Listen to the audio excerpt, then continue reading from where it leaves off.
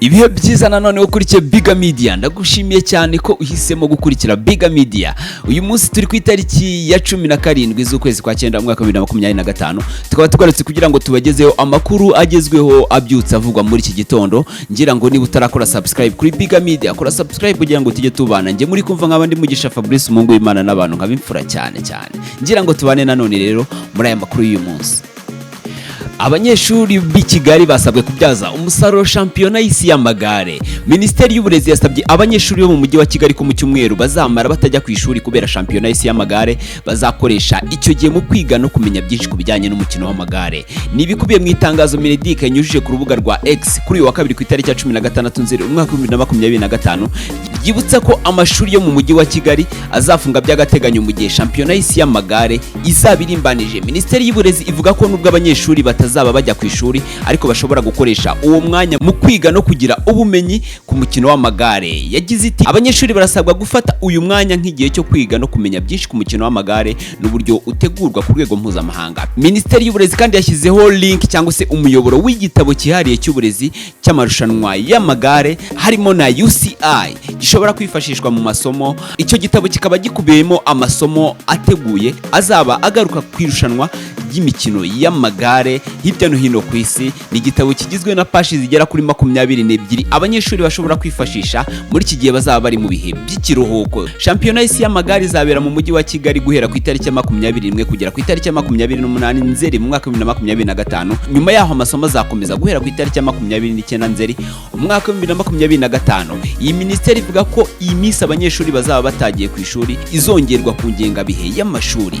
Ibigo by'amashuri byasabwe gutegura mbere uburyo bwo kwigisha hakoreshejwe ikoranabuhanga, gutegura imikoro abanyeshuri bazajyana mu rugo n'andi masomo ashobora kubafasha. Hakomeje kwibazwa ikibazo gikomeye cyane kigira kiti mbese ubusambanyi bwugarije urubyiruko bwaba buterwa na za karande zo mu miryango? Kimwe mu bibazo bihangayikishije isi muri iki gihe ni ubusambanyi bukabije bwugarije urubyiruko, aho usanga babwishoramo bakiri bato cyane. Rimwe na rimwe abenshi bakavuga ko biterwa n'uko bakuze ndetse n'aho bakuriye. Ibi ntibijya kure y'ubushakashatsi kuko mu ntangiriro z'uyu mwaka umuyobozi ishinzwe ubuzima bw'umubyeyi n'umwana mu kigo cy'igihugu gishinzwe ubuzima RBC Dr. Aline Uwimana yatangarije abadepite bagize komisiyo y'imibereho y'abaturage mu nteko nshinga amategeko umutwe w'abadepite ko ubushakashatsi bwakozwe mu mwaka 2023 bwagaragaje ko mu bantu bakora imibonano mpuzabitsina mu Rwanda 51% bayikoze bwa mbere bafite cyangwa bari munsi y'imyaka 12 y'amavuko. Ubwo bushakashatsi bwerekanye ko 51% by'abantu bakora imibonano mpuzabitsina mu Rwanda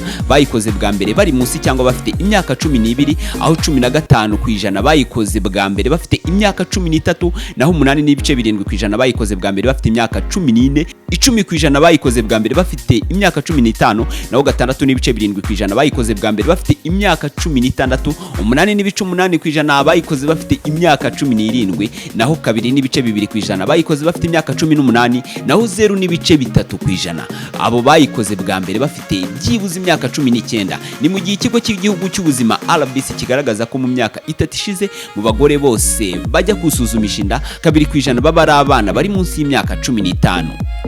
Imibare ya RBC igaragaza ko kandi buri mwaka mu Rwanda abantu 3,200 bandura virusi itera sida mu gihe abagera ku 2,600 bahitanwa nayo. Muri abo bose urubyiruko ruri hagati y'imyaka 15 ndetse n'imyaka 29 nirwo ruyandura cyane, ndetse n'abakobwa bari hagati y'imyaka 10 na 24. Ibyo kandi byongeraho kuba urubyiruko ari rwo rugize umubare munini w'abatipimisha ngo bamenye uko bahagaze. Dr. Anisette Nzabonimpa, inzobere akaba n'impuguke mu buzima bw'imyororokere, yasobanuye ko icyo umenyereje umwana akiri muto bimworohera kukimenyera, bityo ko ariyo mpamvu humvikana abana batangira igikorwa cy'imibonano mpuzabitsina bakiri bato bikarangira barinze basazana iyo ngeso. Yashimangiye ko kandi abahanga mu bijyanye n'ubuzima bagaragaza ko akabaye byiza umuntu ashoboye kwegeza inyuma cyane igihe azakora imibonano mpuzabitsina bwa mbere. Mu magambo ye yagize ati ubundi nkaho turi mu Rwanda wakagombye gukora imibonano mpuzabitsina nibura ufite imyaka 18 kuko ariyo myaka y'ubukure amategeko y'u Rwanda yemera, ariko bibaye byiza wategereza ukazayikora birenze cyane kuko uko imyaka igenda iba myinshi utarakora imibonano mpuzabitsina uba uri kurengera ubuzima bwawe. Yakomeje kandi ku bijyanye na Karande avuga ko uko umuntu agenda aryamana n'abantu benshi ariko agenda akurayo imyaku yatewe n'abo baryamanye nabo bagiye bavana hirya no hino. Mu magambo yagize ati imibonano mpuzabitsina buriya ni uguhuza imibiri, niyo mpamvu iyo abantu bashyingiwe baba babaye umwe kubera kwa guhuza umubiri burya uba wabaye wa wundi. Ati ibibazo tubona ku mwana burya ababyeyi baba babifitemo uruhare, kuko umwana niba aje ukabona arakubagana cyane cyangwa afite imico myiza cyangwa mibi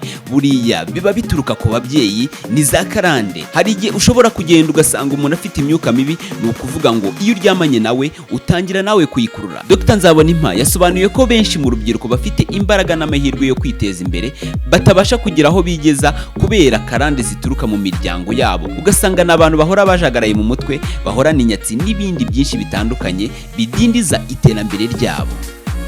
Ingabo z'u Rwanda RDF zatangaje ko drone nto itagira abapilote yakoreye impanuka mu karere ka Rutsir igakomeretsa abanyeshuri batatu ku wa 16 Nzeri umwaka 2025 bagahita bajyanwa kwa muganga. RDF yihanganishije imiryango yabo ndetse ikomeza gufatanya n'inzego z'ubuyobozi bw'ibanze hamwe n'abaganga kugira ngo aba bana bagize ikibazo bahabwe ubuvuzi bwihuse. Ni mu itangazo RDF yashyize hanze rigira riti uyu munsi ku isaha ya saa 7:40 za kumanywa drone nto itagira abapilote y'ingabo z'u Rwanda RDF ubwo yakoreshwaga mu myitozo yataye inzira kubera ikirere kitari kimeze neza, hanyuma ikorera impanuka mu karere ka Rutsir. Muri iyi mpanuka iyi drone yakomerekeje abanyeshuri batatu bari bavuye ku ishuri bataha mu rugo, babiri muri bo bari kuvurirwa ku kigo nderabuzima cya Kivumo, naho uwa gatatu yajyanwe kuvurirwa ku bitaro bya Murunda. Ingabo z'u Rwanda zirihanganisha imiryango y'abana bakomeretse ndetse zibabajwe n'ibibazo byatewe n'iyi mpanuka.